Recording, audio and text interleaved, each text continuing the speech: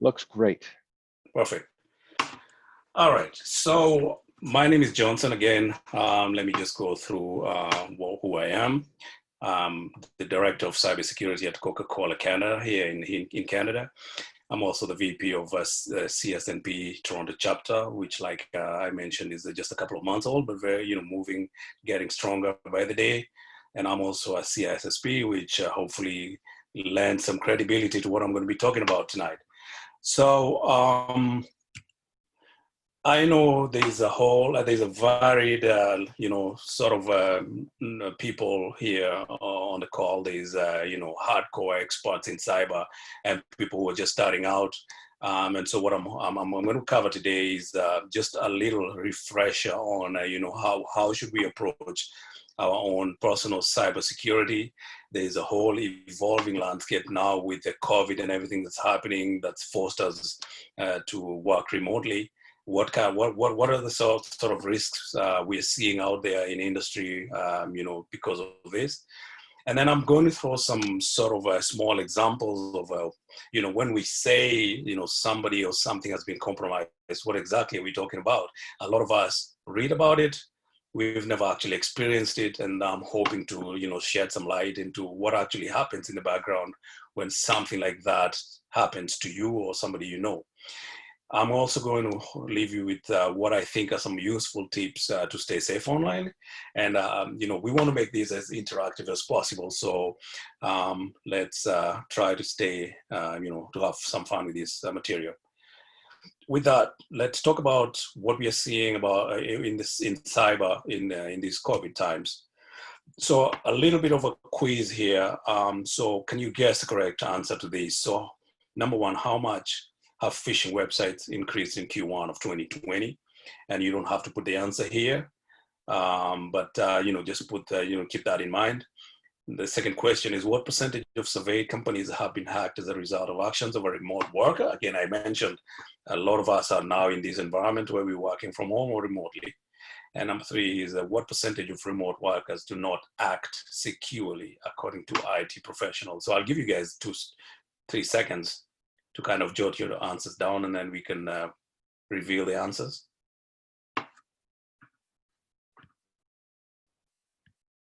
And moving on to the next slide, I'm hoping that you would have seen or, written down these answers here. So in Q1 of 2020, and even now, I think it's even worse, the phishing websites have increased by more than 350%, which means this is now the main focus for our hacker friends out there, trying to, craft things that are, as good as possible in terms of, phishing us as we work remotely.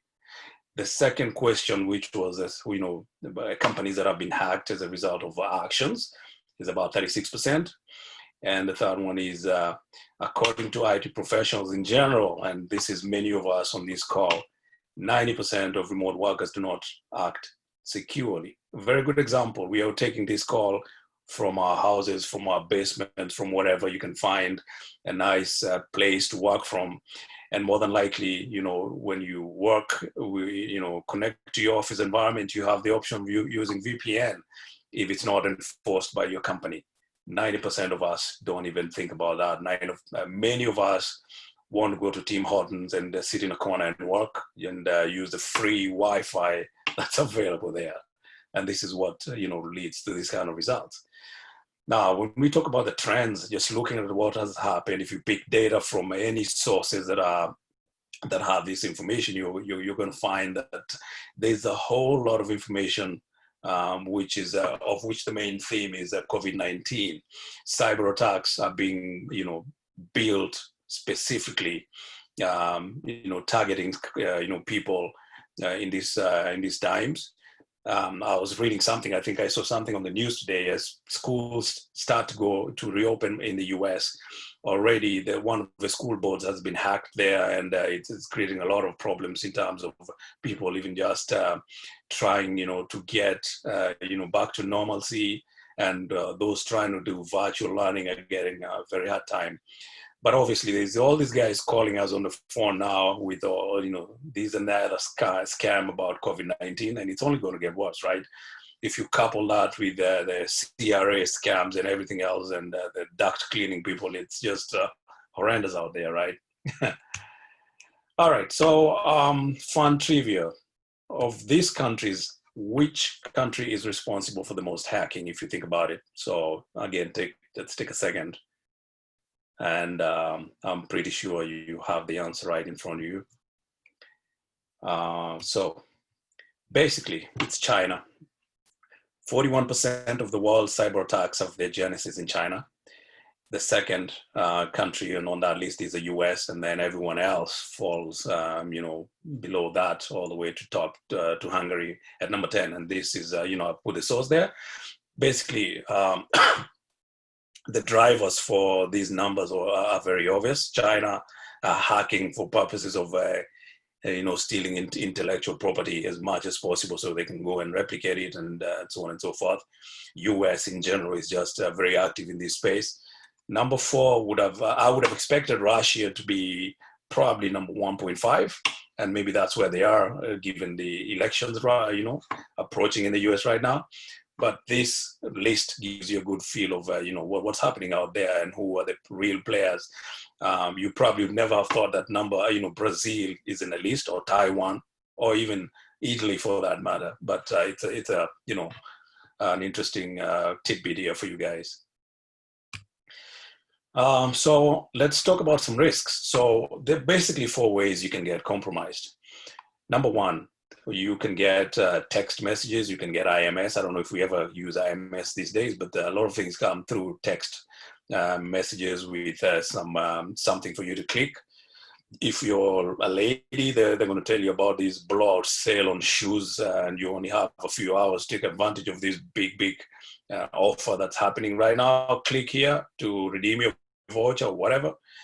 That's one way. Phishing, which is basically voice phishing, is these emails that you're getting, and people trying to get information for solicit information, personal information from you via voice.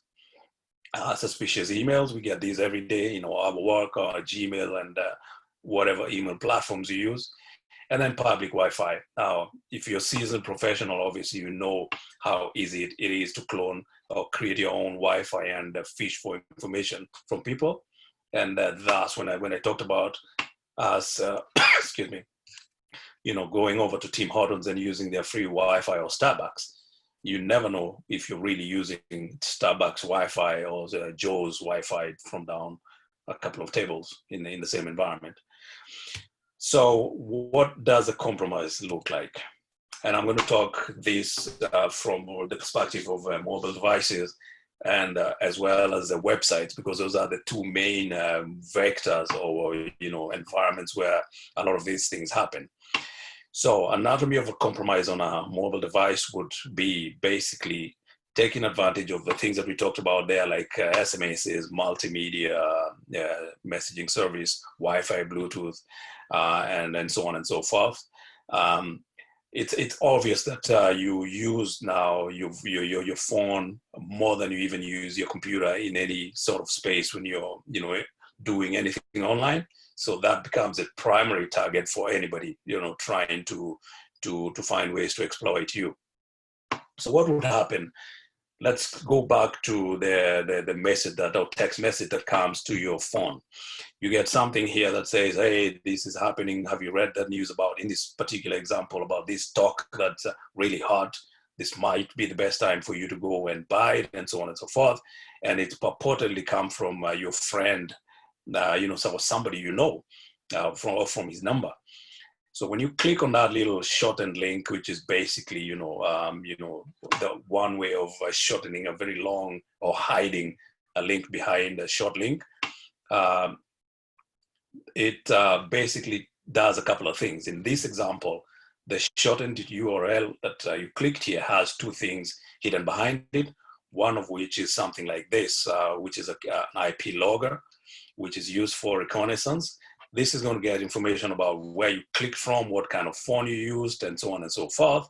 And more importantly, it's going to show information right here about the phone that you're using, the versions of the browser and all the other stuff running on that phone.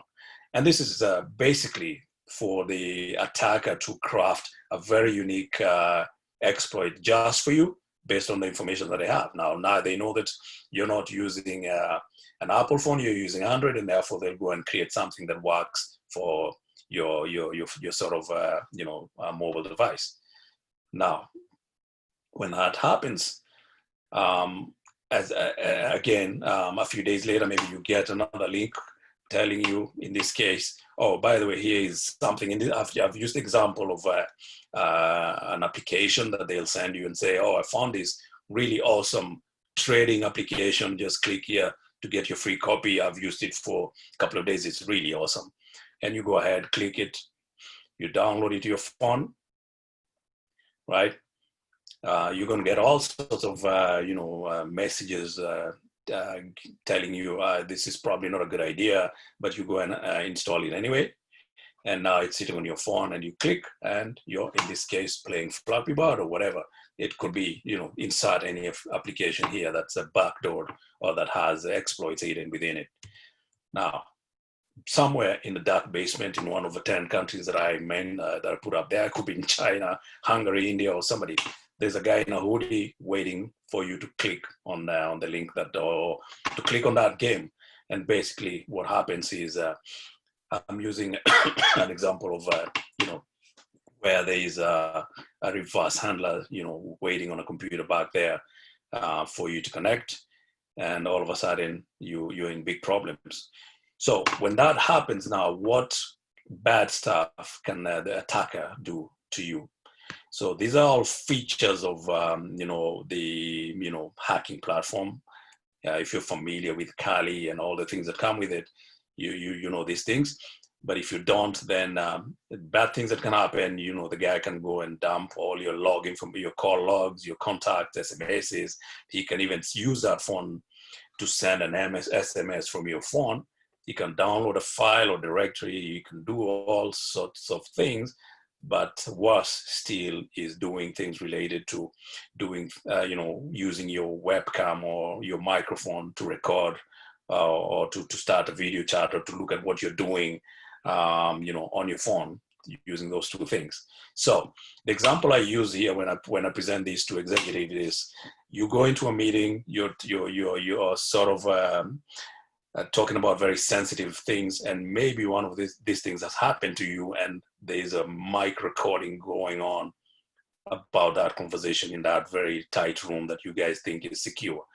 So it's happened before. I've seen it firsthand. So that's one thing that is very possible and practically possible, to happen to you. So let's go ahead and let's just spot what could we have done to prevent this from happening. So you got this text message. The first thing you'd have noticed is you're getting a sketchy looking link. A lot of these links are going to have some maybe IP address information of where this file is sitting. And if not, it's going to be something that is not very familiar to you.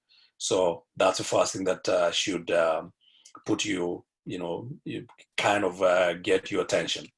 The second thing is you're being asked to download a file. That's a warning. And the third is it's blocked by, in this case, Play Protect. It's telling you, we don't trust this file. Do you want to install it? And if you go and override it, then of course you're going against what the system is telling you. So mitigation and remediation against these kind of things. Now, if it's your company, a lot of us are issued company-owned company devices. Well, this can be monitored. Most of them are, enrolled into mobile device management solutions, which can see these kind of things happening. It's very possible for them to go and, wipe your device if they suspect something horrible is happening to it. But then, if you're going to be using your personal device, which again most of us do not install applications from the places you don't know, from unknown sources.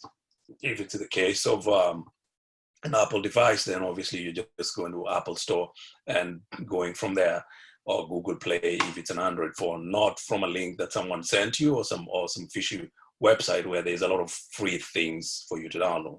Right? It's always a good thing to back up your device once in a while or quite often if possible. And then if something like this happens, just wipe it completely and then reinstall to get a fresh installation of the phone. But most importantly, use common sense. Be suspicious. Don't go clicking things without thinking. And also, again, there's this thing that comes where, you get a long kind of thing to read, and you're always looking for that button at the bottom so that you can quickly go to the next screen. We are not lawyers, most of us, but try and read some of that stuff once in a while and know exactly what you're subjecting yourself to. Now let's talk about websites. So that was all about the first way it can happen to you now, but websites are another way where compromises happen quite a bit. And the way this works is a lot of us, all of us, signed on to some bank or do financial transactions with one bank or another. I've taken an example here of Scotiabank. This is how their website looks like. But it's a fact that a lot of this, or any website, can easily be cloned to look exactly like the real thing, and things can be hidden in the new cloned site. So in this example, I took Scotiabank, I cloned this site, and I'm using an example of where you've been sent a message by Scotiabank online, verify your banking information, blah, blah, blah, and you have this clickable link within the text message. So when you click on that, it's probably going to go to this infected website or clone website. You go and enter your username and password and all those kind of things. There's our guy waiting in the basement in whatever country, and then it's going to present you the actual site when you enter the credentials, and you're like, oh, now what happened there? And you go ahead and put the credentials again, and now you're logged in. But in that instance, when that happened, this is what was going on in the basement. So the guy was running something, and from that particular couple of clicks you did, he's captured your username, he's captured your password, any sort of information that was being entered in that fake form. And all of a sudden, you're in trouble. So some useful tips. We talked about these 4 ways you can get compromised via text, phishing, emails and websites, and free Wi-Fi. One thing we don't want to do is use public Wi-Fi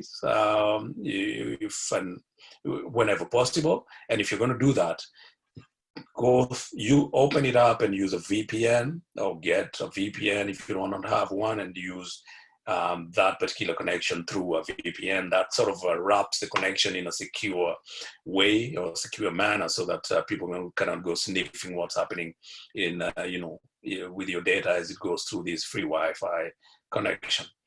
Now, push comes to shove, use your mobile phone. Just tether your phone, your computer to the phone, and use that hotspot instead.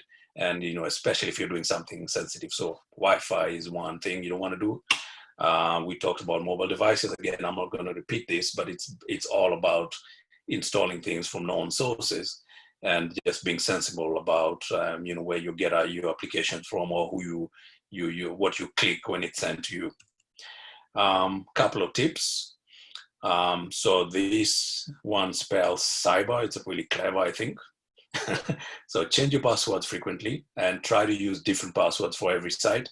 Now, we can go one step further and say that if you're going to do that, try and use a password manager. This is the most secure way of ensuring that your passwords, your credentials are vaulted in a secure manner, and you use a password manager to log into sites directly from it rather than clicking into links.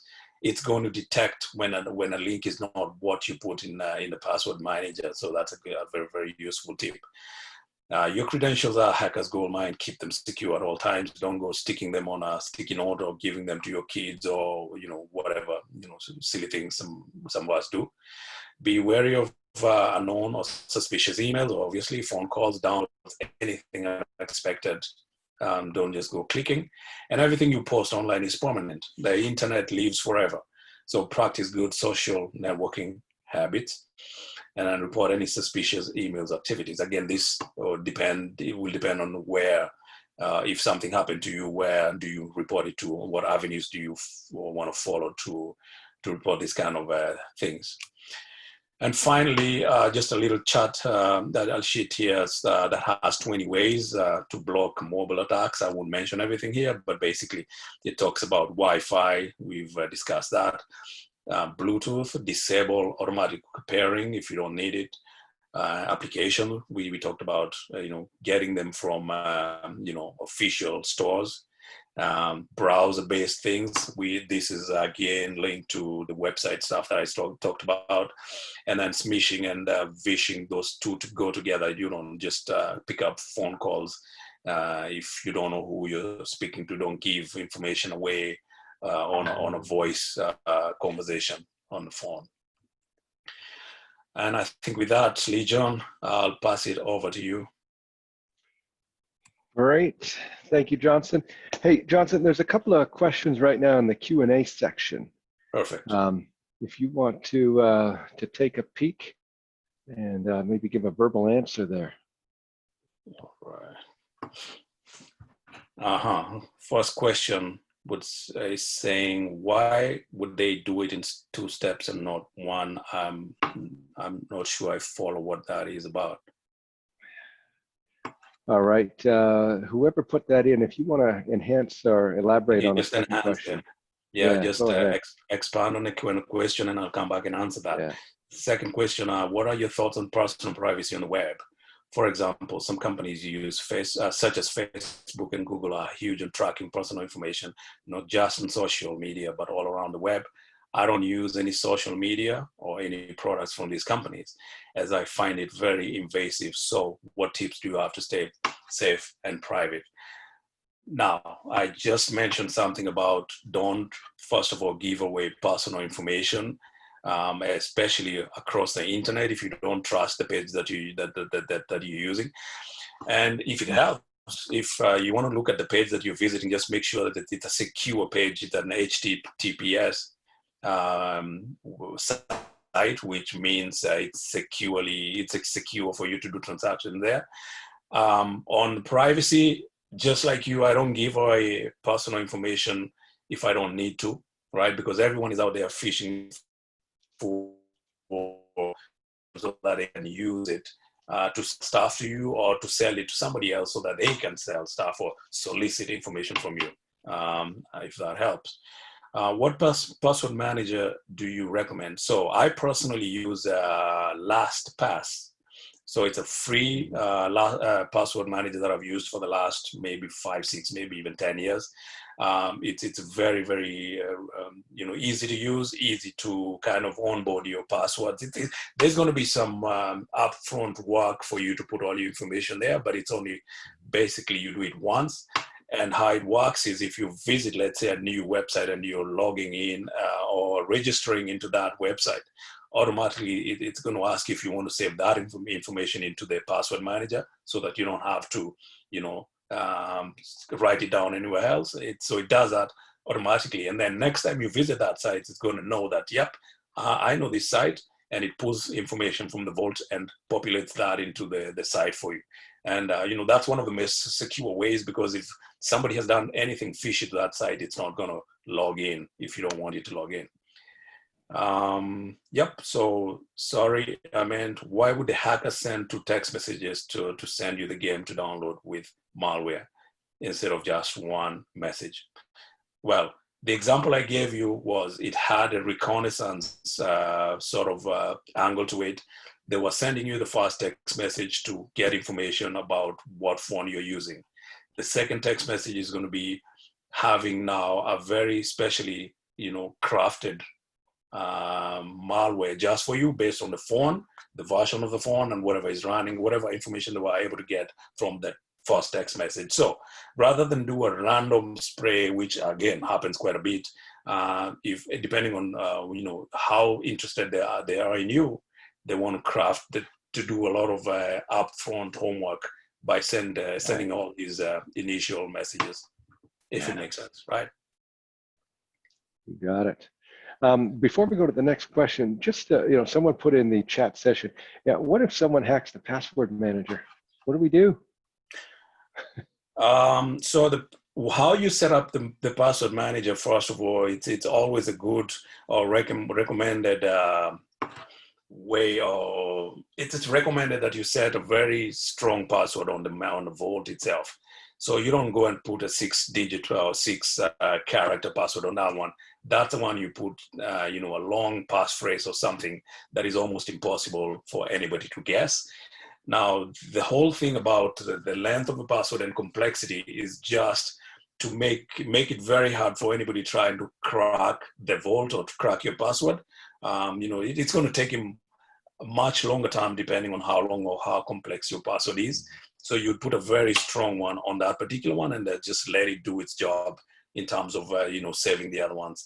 It also has a password generator that you can use. So if you go to a site and it's asking you put in a password here, you can use it to generate passwords and automatically fill them in there, and they get saved in the vault.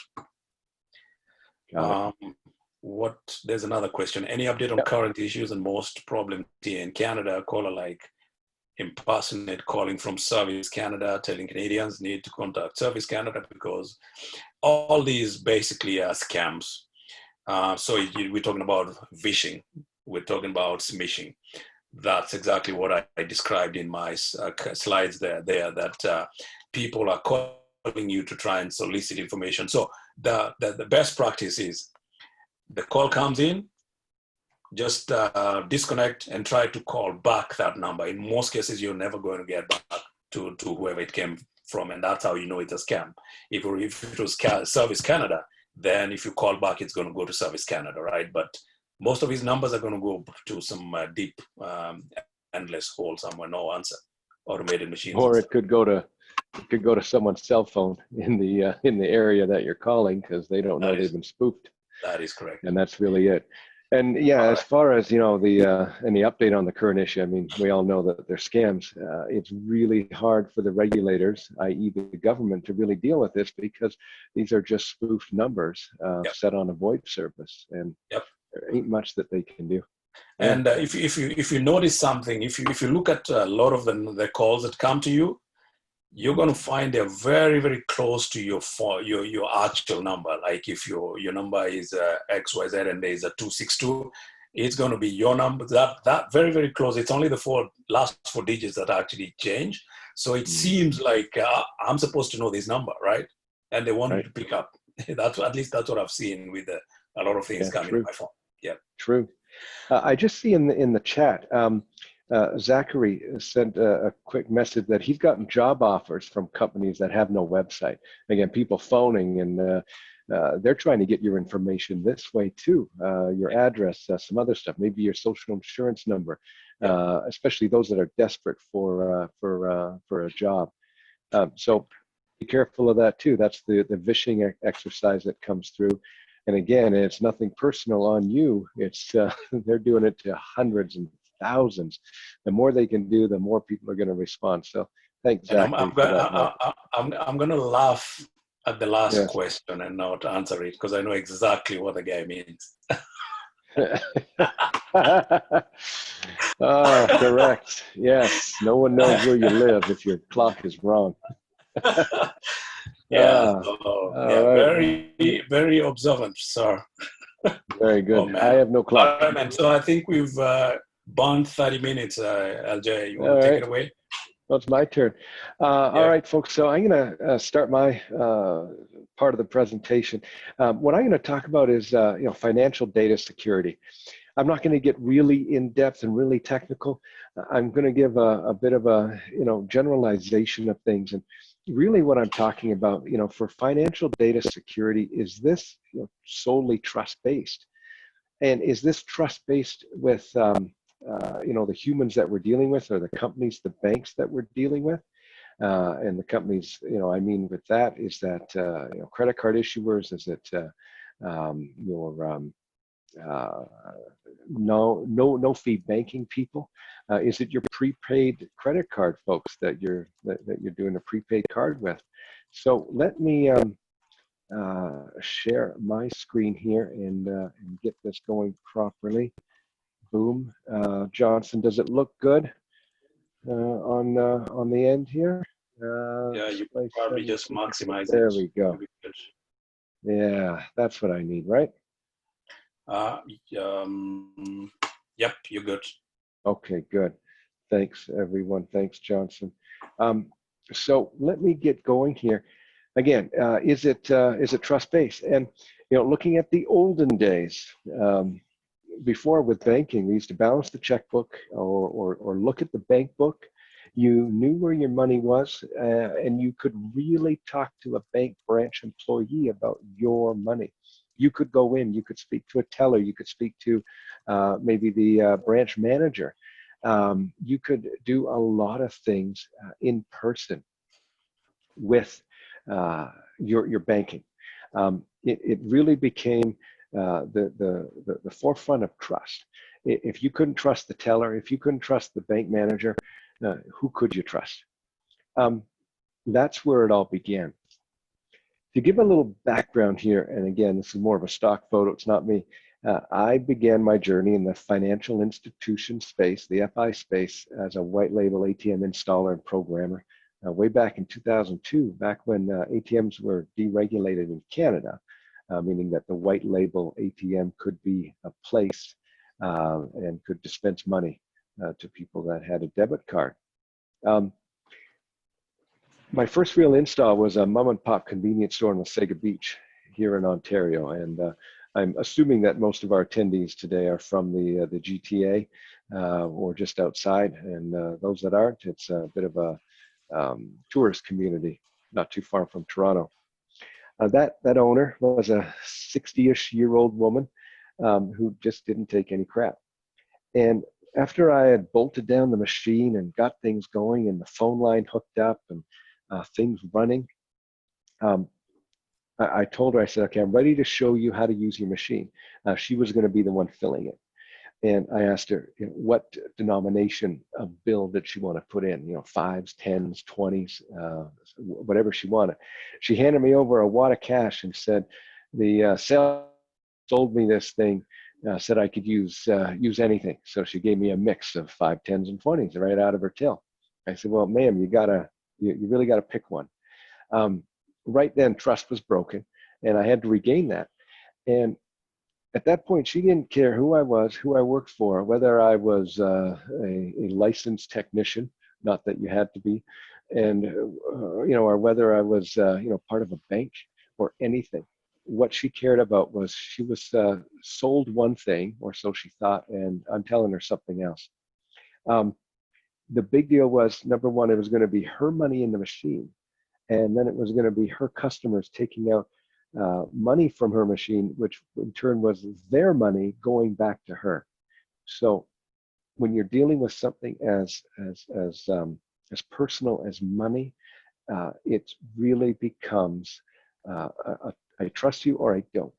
And if I don't, you can take your stuff and get out. And that was the beginning of what I realized. Rather than the IT world of getting trusted with people's data, emails, and everything else, I was dealing with other people's money, and it was a real big experience to come to that realization. And even though Canada had a very robust network of security through the Interact system, it was a crazy, wild time of white label bank machines getting installed.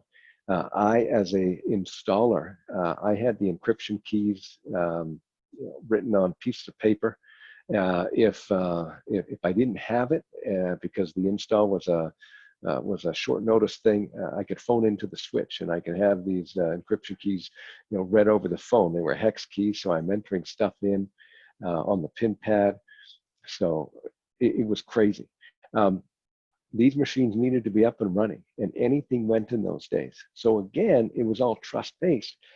Everything was in the background. The people that ran the machines or had them in their stores, they didn't know what was going on. They're just seeing me, punching away and getting this machine up and going. So on the flip side of that, this is when the fraud started. As soon as something new is put in place, people that want the easy way into getting part of that money, so to speak, they're going to be in there. One way was tricking a brand of ATM to think that the safe was open all the time. And the bad part about that is that the ATM itself didn't care if the safe was open, it would just keep running. And so what would happen is if you knew the code to get into the maintenance of the machine, which most companies did not even change the default, you could go in later on, go into the configuration and do a test dispense, and it would spit money right out of the machine as if you swiped your card. And that was a big heyday of fraud happening that way. And then, of course, quite quickly later on, there was the skimming machines or skimming add-ons put on the card reader, and then a mini camera hooked up so that it could read, it could watch you enter in your PIN and grab your card information. And then later on, when chip and PIN became much more regular and prevalent, the skimming dip reader had to be enhanced again, and then the video again, the cameras became smaller. So it became now trust was placed on the owners of the location where the machine was to notice something going on at the ATM. And so that became a piece that was kind of transitioned from Interac to the bank to the location owner. Again, all human trust. Moving forward a bunch of years now, we all know the story of Wells Fargo doing the fake account scandal, and people at Wells Fargo, the employees getting pushed to make sure that their current clients were opening up more accounts, adding features to their accounts, opening up credit card, credit line, all that stuff. And they opened up millions of accounts and customers' names without their knowledge. Signed up for credit card and bill payment programs. Everything that I've written here, we've heard the story. It happened. So now we're called, maybe if I get back to the olden days of dealing with bank employees or going to the bank to do your banking, now they are impersonating you doing your banking, opening up accounts. And it was all in the name of being number one in the space. And of course, here in Canada, we were not left behind in doing the same thing. All 5 of Canada's big banks have employees tell stories of being pressured to do the same thing. Even I myself, in my latest mortgage, it was all nice and easy at the beginning. And then it turned into 2 other visits from the mobile mortgage specialist to come to the house to get, forgot to do this signature, or we need to make this change. And then at the end of it all, when we got our first bank statement after the mortgage was done, we had this, I think it was a $500 fee for a expedited mortgage. And so now we have to phone in to the bank, say, what is this expedited mortgage? We didn't need this. Turns out that the mortgage employee or the mortgage specialist had put this in because we had to get things done. And we were telling them that we had no expedited need. We were right there dealing with the mortgage as quickly or as long as it took. It didn't matter. So anyways, something else that even happened that way. And if you're not paying attention, you're going to see a lot of stuff happening on your account. So again, you can blame it right up to the board of directors of, say, a publicly traded company or a regulated company, i.e. the bank. You can blame the salesperson on the phone. But either way, trust was placed in a human, and humans get greedy. Fast forward to today, and with things like tap to pay and chip and PIN, who pays for the stolen devices / cards transactions? And who do we, when I say devices, I'm talking, say, your cell phone, if you're using a mobile wallet, your cards. It's easy to tap. And especially with, COVID, Interac has upped the tap limit in Canada to $200. Costco was at $200, it's raised up to $400. So if your wallet gets stolen, or if your card gets stolen, and someone can run into the nearest store, grab a bunch of items and pay by tap, They don't need your PIN. So now what I'm dealing with or talking about here with financial data security is not so much your data. It's pretty difficult to get some information off the chip. Not as difficult to steal some information off NFC, meaning your card number, unless it's a mobile wallet, then it's a token. But what happens here? There's a lot of money being recouped or written off by the financial institution or the credit card issuer when this thing happens. And at the same time, if your card is stolen days prior and you don't know because you're used to using your mobile wallet on your phone, that becomes a bit of a fight now with your financial institution or your card issuer to say that, well, gosh, I realize I haven't had to use my card for, the last 3 days, 5 days. So it was stolen 5 days ago. That's when the bank starts to look a little bit askance at you and say, well, hey, if you don't know where your cards are at all times, we can't really refund you all of those taps. So your best practice now is to make sure you know where your physical cards are, even as you use a mobile wallet every day. Now, the cool thing about a mobile wallet, that if your account is compromised, like a credit card account, it's quite easy to keep using your mobile wallet as the token gets changed while your new card is being sent to you. So something nice to keep in mind and to use that way. I put out a few questions here of my own just to have as a stopgap here between Q&A or not. But I'm just going to pop into the chat real quick. Before I get into these questions, D is saying that nowadays when you log into your bank account, there's a code sent to your phone, a security measure. Do you think it is enough to defer hackers? Now, Johnson, you've nicely responded to this, but again, the multi-factor authentication is true multi-factor versus perhaps a code sent by SMS or text. Maybe that's what D was getting to. Isn't so great. I kind of have that here as the third question. So, using SMS form, you can get caught with a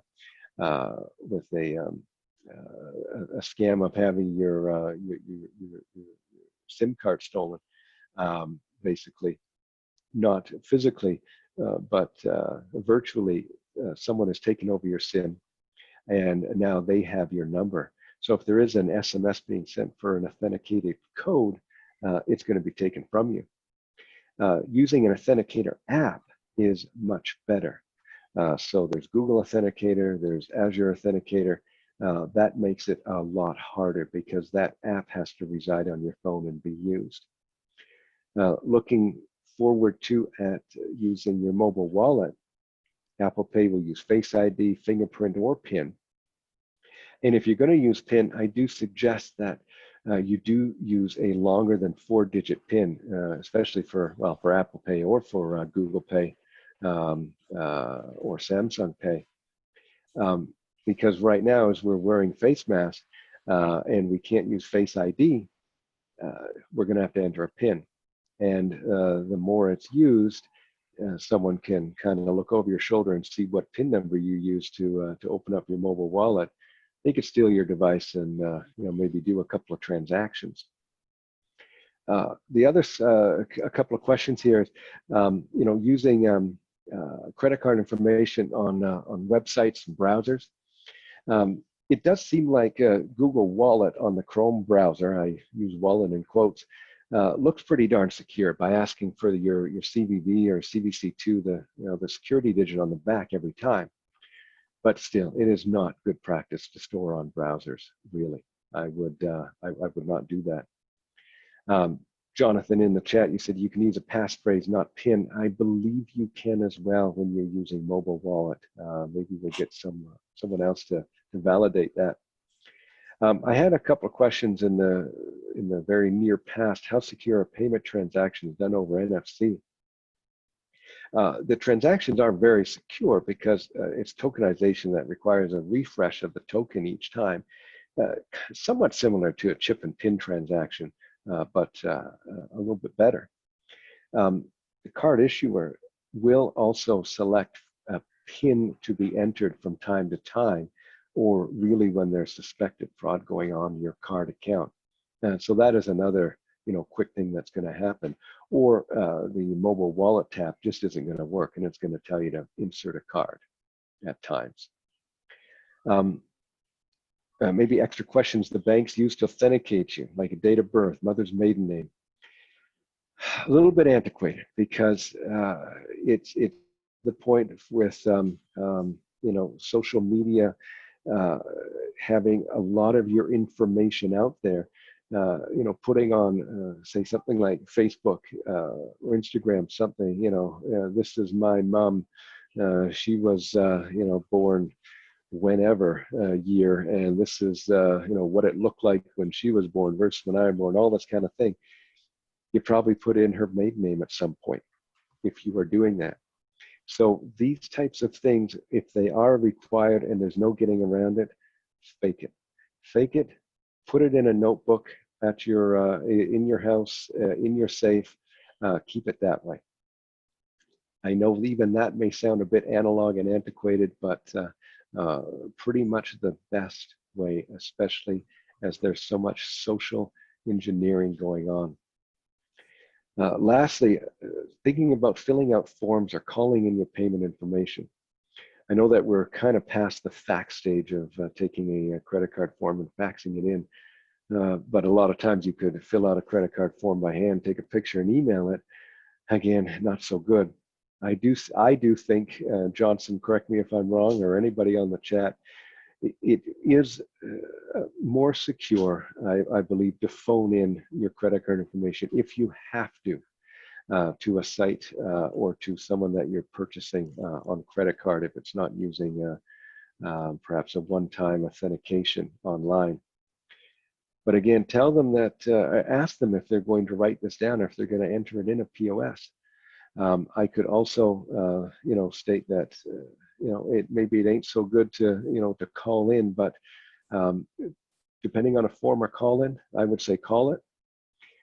Ask the person to not write it down, and to tell them too that you're going to repeat it as many times as possible. That kind of wraps up my talk on financial data security, and I put in brackets, in real life day to day. Are there any other questions out there to be put in Q&A? I see we had a few things in the chat, and Johnson, thanks for responding, and Jonathan, thank you very much for responding as well. Johnson, do you have anything to share or to add to this? No, I think you've covered it quite well, and there's some nice questions that have come on the chat. Obviously, it's always an interesting topic. Very there are very few people who can kind of articulate it the way you've done. So yeah. I don't have anything to add, but it again, I mean, it all comes back to the platforms that we use to conduct business. It's always going to go to the mobile devices and websites and the stuff that I talked about in my previous talk. So as long as we practice good cybersecurity hygiene in that space, I think it's going to take care of some of the things that you've also put in your slide there, right? Yes. Thank you very much. And yes, it is true. It is going to be evolving. It's going to continue. Talk to your friends and family about it. Keep the conversation going, everyone out there. So having said that, we're pretty much at our end time. Thank you, everyone, for joining. I do appreciate this. And of course, the support for CSNP as a whole. For all of you that are joining because of CSNP Toronto, CSNP Canada, we both appreciate, and want to continue on building up the Canadian space. So please, tell everyone that that would like to join. If you'd like to volunteer, we've got two new volunteers, Vikas and Joseph. in Toronto. I forgot to make mention of that. You're going to see a little bit more of them in the coming webinars, the coming months. So thank you for that. Yeah, and I just want to add that, I mean, if you thought this was interesting, wait till you see the upcoming ones. I mean, now we're moving into more technical stuff. We're going to be doing a hackathon very soon. I mean, these are very common out in the States within the CSNP groups, but we haven't really done anything in Canada yet. So if you want to stick with us, please do that. I mean, you'll see something coming up pretty soon once we get situated. Yes, for sure. The hackathon is really unique. The way CSNP has done it using Discord. Johnson is a consummate hacker, so he's going to lead that when it comes. Again, if you're a beginner, intermediate, or someone that gets on Hack the Box a lot, do join. It's a couple hours well spent, and there's a lot of good support given to you, so you're able to really enjoy it. Yep. Yeah. Okay. Thank you, everyone. Thank you, Johnson. Thanks, Lidon.